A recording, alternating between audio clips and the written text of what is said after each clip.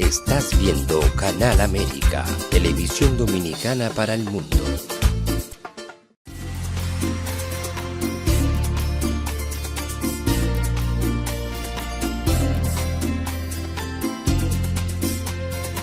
Time for Truth Show is sponsored by the Office of Dr. Bernard Fialkoff, a periodontal, dental implant and laser specialist in New York City, for over 40 years.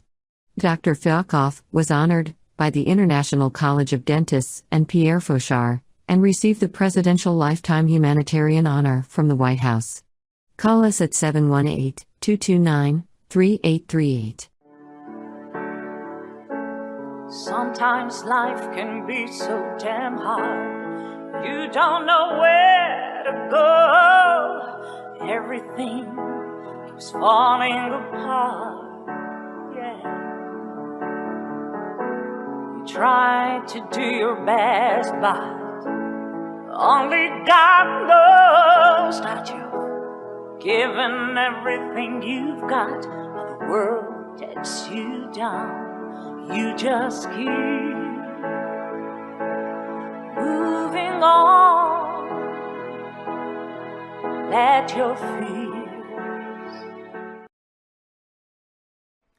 Welcome to A Time for Truth show. I'm your host, Dr. Bernard Fialkoff. And tonight we're going to continue with the segments that we've been doing on business, because it's so important to be able to control your life. And if you can start something and innovate your own enterprise, your own little shop, whatever it may be, it gives a lot of pride. So let's continue. And we're going to put the first image right up on the screen, because in our previous segments, we were talking about business expansion. And so we're going to put the first image up on the screen for you to recap and go back to what we were talking about, because this is a business expansion segment. This is part 3 now. And we've reviewed in the past episodes of the tremendous amount of failures and bankruptcies that have occurred. Let's go to the next image. We'll put that up on the screen. And in this image we're going to show you the bankruptcies, the failures, that in 2024 were 23,000, more or less, or a 22.1% increase over the previous year. And then, if we look in 2025, it didn't decrease, it increased to close to 25,000, and another 11% increase over 2024. And something to really keep in mind, that in the early months of 2026, commercial Chapter 11 bankruptcy filings jumped 76% over early years of 2025, suggesting rising insolvency. Let's go to the next image, please. And it's very important for us to realize, because 20% of businesses fail in year 1. 50% fail after 5 years. 1 in 2 have failed after 5 years. 65% within 10 years. Obviously, we don't want that happen to our enterprise, our dream, our vision. So, what is it that we have to do differently? We can't just do the same old thing. We can't just go online or on Facebook and get some program and just expect it to work for us. We have to have some sound basis, some organizational skill for this expansion, for this business to make it and not be one of the failures. Let's go to the next image. And there we go. And you see that we've reviewed in our past episodes about expanding about the importance of actually having employees that you can depend on. I'm sure you've been in a situation where you've had people surrounding you that were not positive. They were angry, antagonistic, or fearful, or apathetic, or in grief. And they brought you down. It's like they were vampires sucking the blood out of you. And that's not what you need in your business. You need people who are enthusiastic, who are interested, who are at the very least conservative, or not causing you problems, not opposing you, but helping you. Let's go to the next image. So, organization. And here you see the 7th Division Organizing Board developed by Mr. Hubbard, and all of this Hubbard management technology, which included this emotional tone scale I was talking to you about.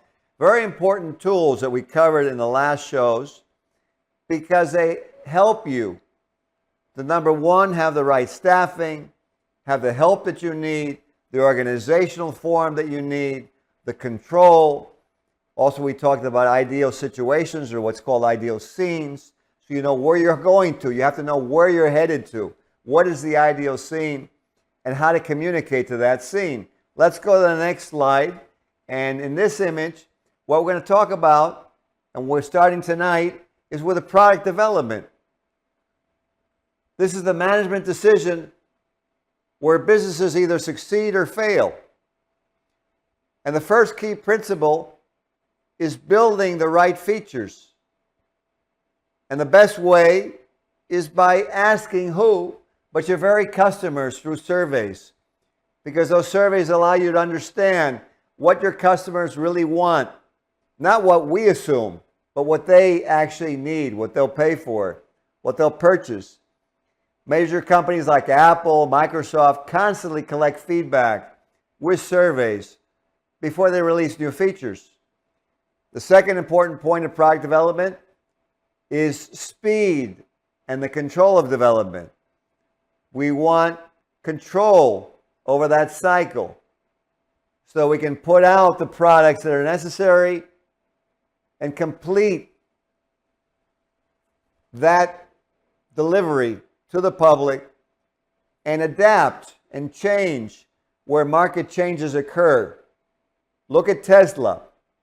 What they do with their control is they have their vehicles constantly receiving software updates that are changing their program but leading to the same end result, an improved product, improved performance that customers will desire because they don't have to change their car.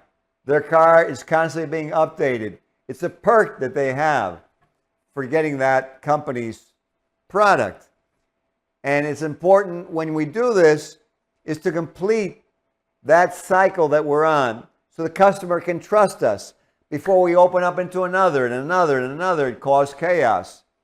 We have to make sure that we're getting a completion of what we promised that customer. The third factor is product quality and reliability. And this is where our integrity, something that in this world is starting to evaporate, we have to have integrity.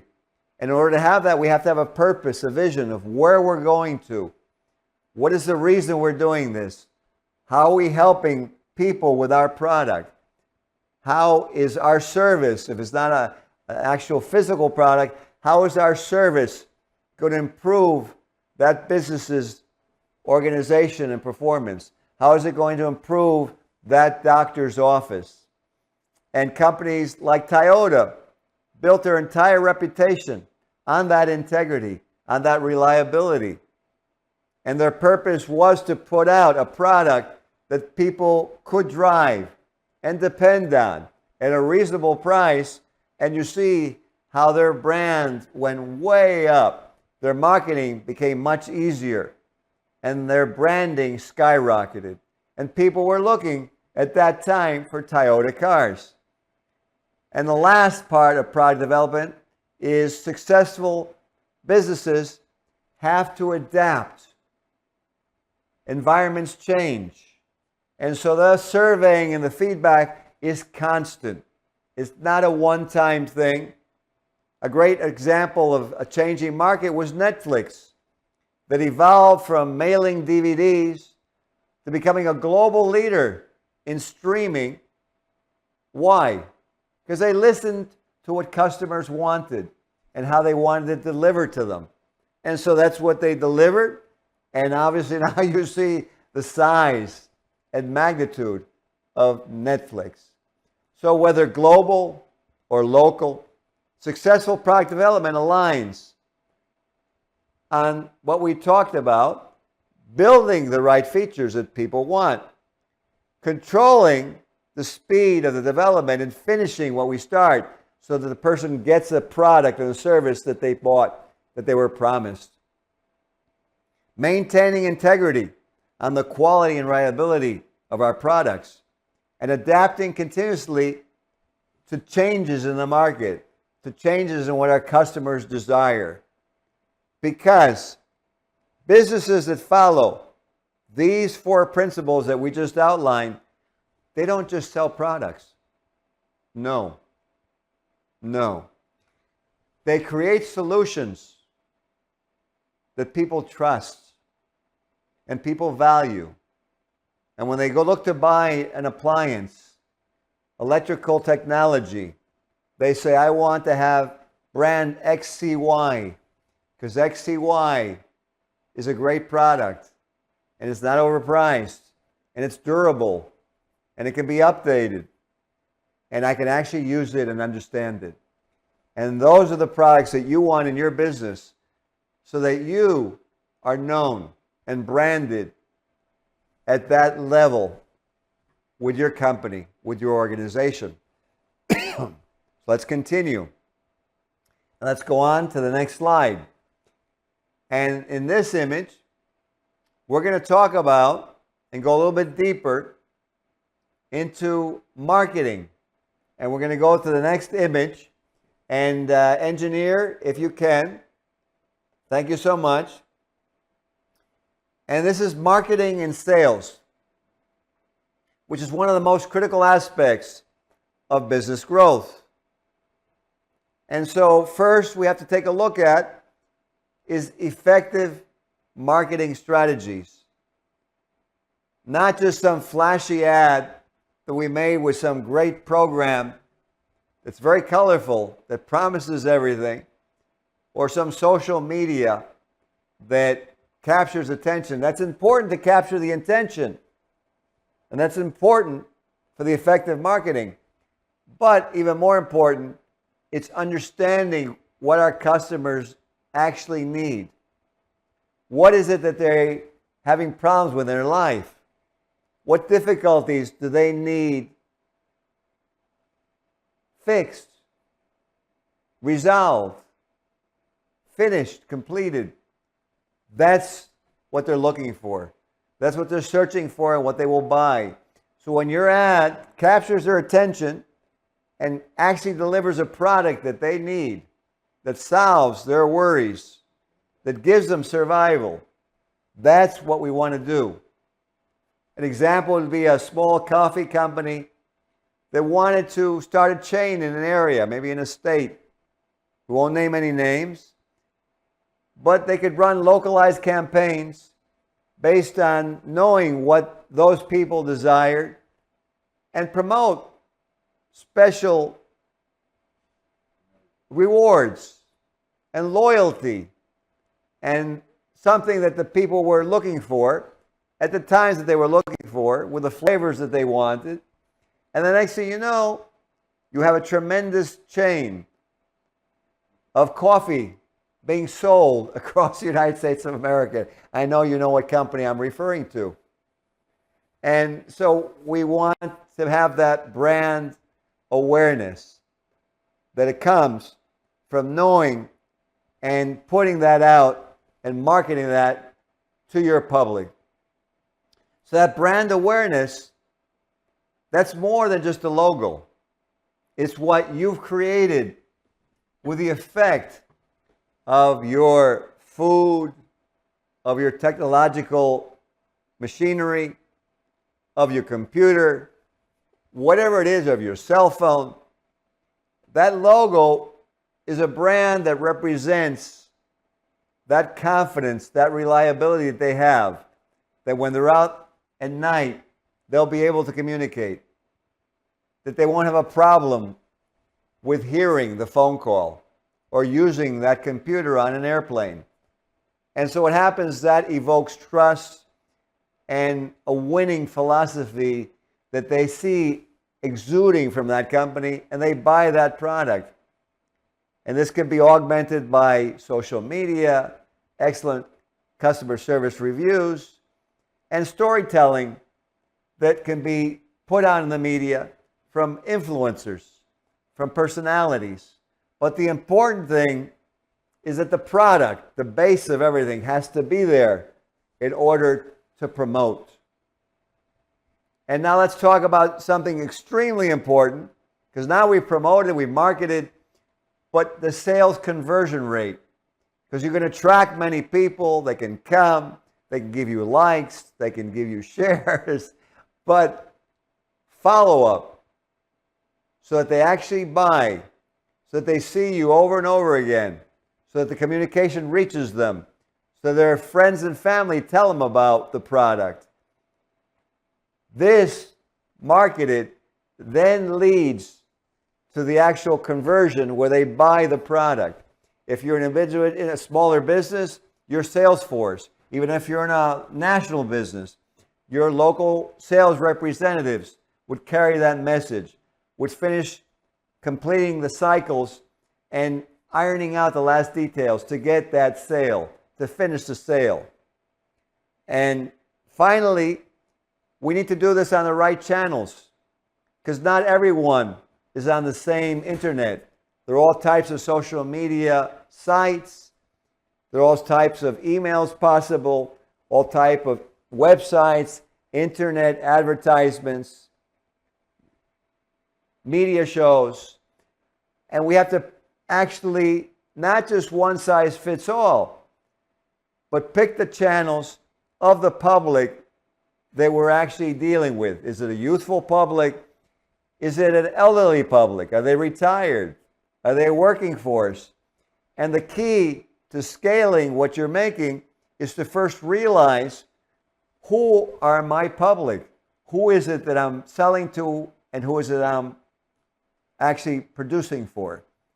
So remember, effective strategy that creates a brand awareness, and then a sales force and a follow-up that actually gets a sales conversion. Your product is actually used, your service is actually implemented and paid for amongst the right channels that reach the public that you're going for. Let's go to the next slide. And now, let's talk about what in actuality exists all across the country: competition and market conditions that impact the survival of your entity. It would be a little bit innocent or naive to feel that the United States of America, that you go out really into almost any field, unless it was totally revolutionary, like, let's say, a voyage to Mars, but otherwise, most of the industries, most of the technologies, most of the healthcare really is already out there. And they have their own research, their own marketing firms. So how do you compete? How do you get attention for your particular entity? Because you have established competitors who are also out there. It's a game. Life is a game. And the others are not just going to go away and disappear. So those rivals who have been around longer have a market share. They know the market inside and out. And they have customer trust. And they have loyal customers. So this is where your persistence, your integrity, your purpose, your vision. It's said that, the blood, sweat, and tears of actually getting something accomplished. But that blood, sweat, and tears, if it's actually a dream of yours, is not labor. It is actually more of a game. It's like playing a Super Bowl game. A tremendous amount of energy expelled, exhaustion, punishment. That's part of the game. But if you desire it and you actually have a product that's going to improve the community, improve the society, and now you give it that purpose and you give it that drive and intention, then over a period of time, people see that, yes, this brand B or this brand C, although it's been around less than brand A, is a very good product. In fact, they've made certain innovations and they've reduced their price. There's a special program that they have of loyalty. And what happens over time is the customers realize that. And they start talking about you, brand B or brand C, in addition to brand A. And now you've leveled the playing field. That's why every year you don't have the same Super Bowl winner. You don't have the same World Series winner. Yet all of these baseball teams, all these football teams are constantly competing. Yet it changes. And this is where the game of life comes in your business. Because competing isn't just about price or economics, but it's about reputation and the relationships that you build with your quality product. It's where your pride comes in. It's where you get back what the Surgeon General talked about for the country. Social interaction. The importance of social interaction for our mental and emotional wellness, which obviously, what is a business? It's a group of individuals working together that if they have the proper mental attitude and the high emotional state, will actually win in that sector. And so we can overcome the market saturation that was there. We can make it beyond the make-break point because we deliver something that's a good product. If it's a service, it's a unique service. It's not the same thing repeated. Yes, it involves innovation, but that's part of the entire future of any business, really, is giving a new product to the community that improves the status quo. So, we have economic uncertainty. And when that occurs, your business has to be a little innovative.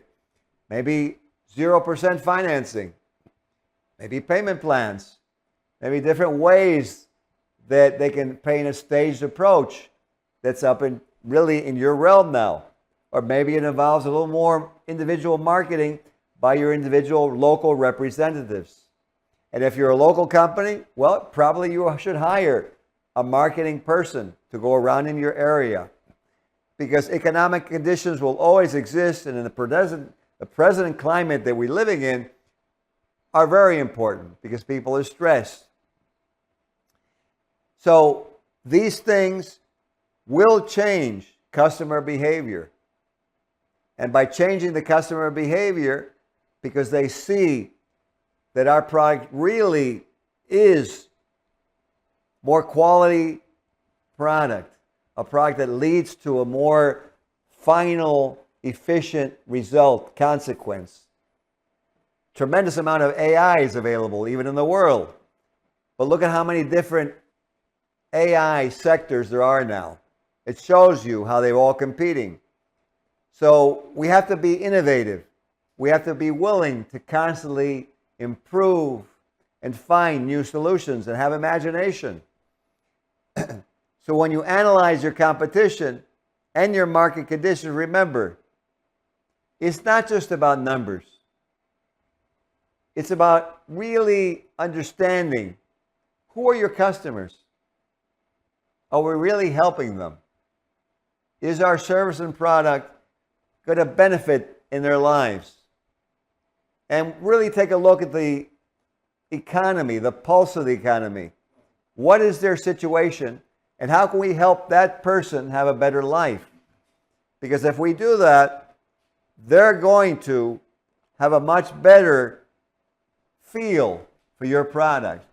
They're going to recognize, oh yeah, this is the one I want to use, not just now, but in a few years when they buy another, or in 6 months when they recommend you to their brother or sister. Because life is that dynamic, constantly changing game. It's not static. It's not just the way it is forever. Those, even though they seem so simple, are the keys. And then you expand tremendously. And as you do, this is where we want to get into something very important. Let's go to the last image here. Buddha, let's put the next image, please. Yes. The founder well-being. The stress, the burnout. Why? Because sometimes leaders of these businesses, and you watching the show probably are the leader, the founder, tend to do too much on your own. Don't establish a team. So there's no help. So the weight of everything comes on your shoulders. Example really is Elon Musk, who has so many different companies and has had many times where there was so much stress that his stress actually made headlines because he had so much to decide only by himself. But that was his choice.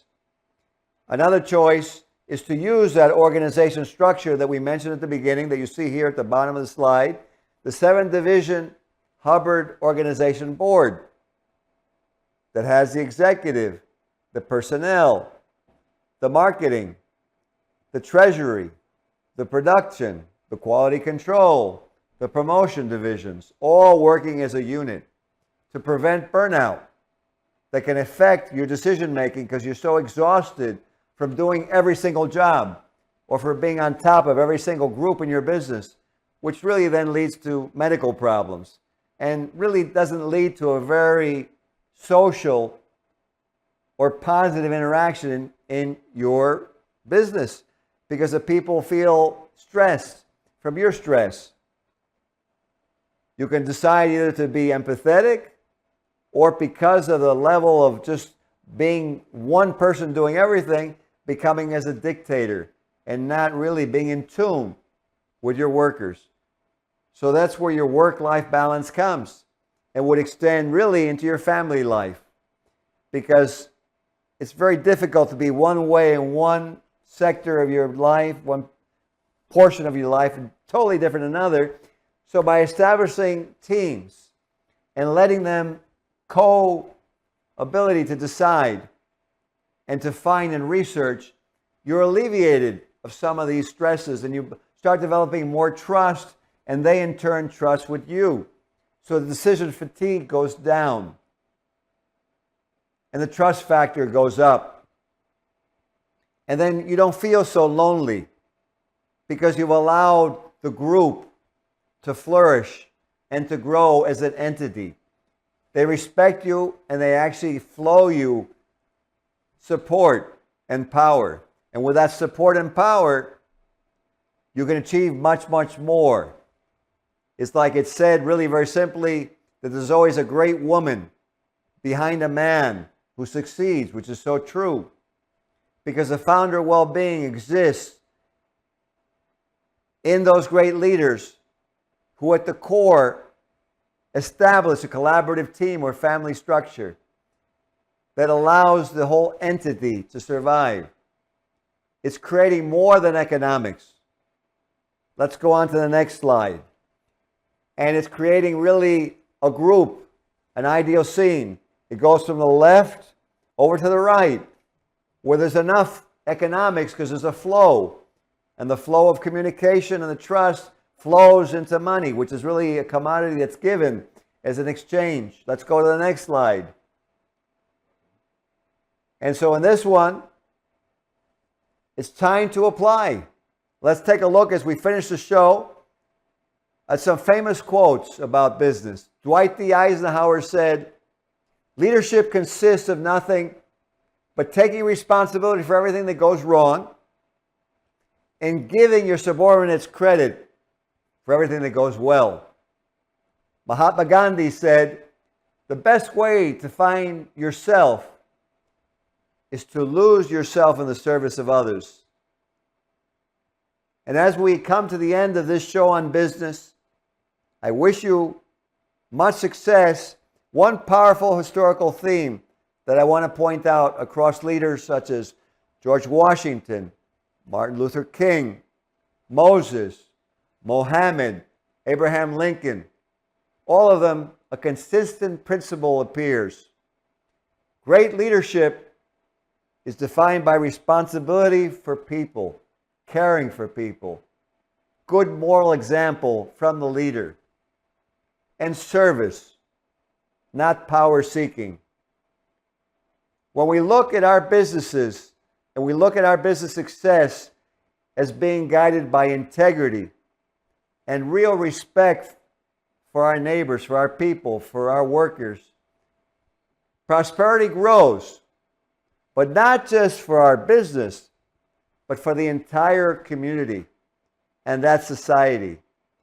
And when you have a business in the middle of that community prosperity, it's like a boat in the middle of a calm sea versus a tumultuous hurricane.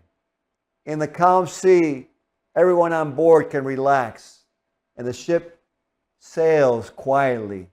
And in the end, your business and all organizations and everything that really succeeds in this world is they bring profitability, not just in the numbers, but in the humanity. And that the profitability and economics actually occur when the humanity exuded in that business is the strongest, because it's growing and leading the exchange that occurs as those communities and societies expand.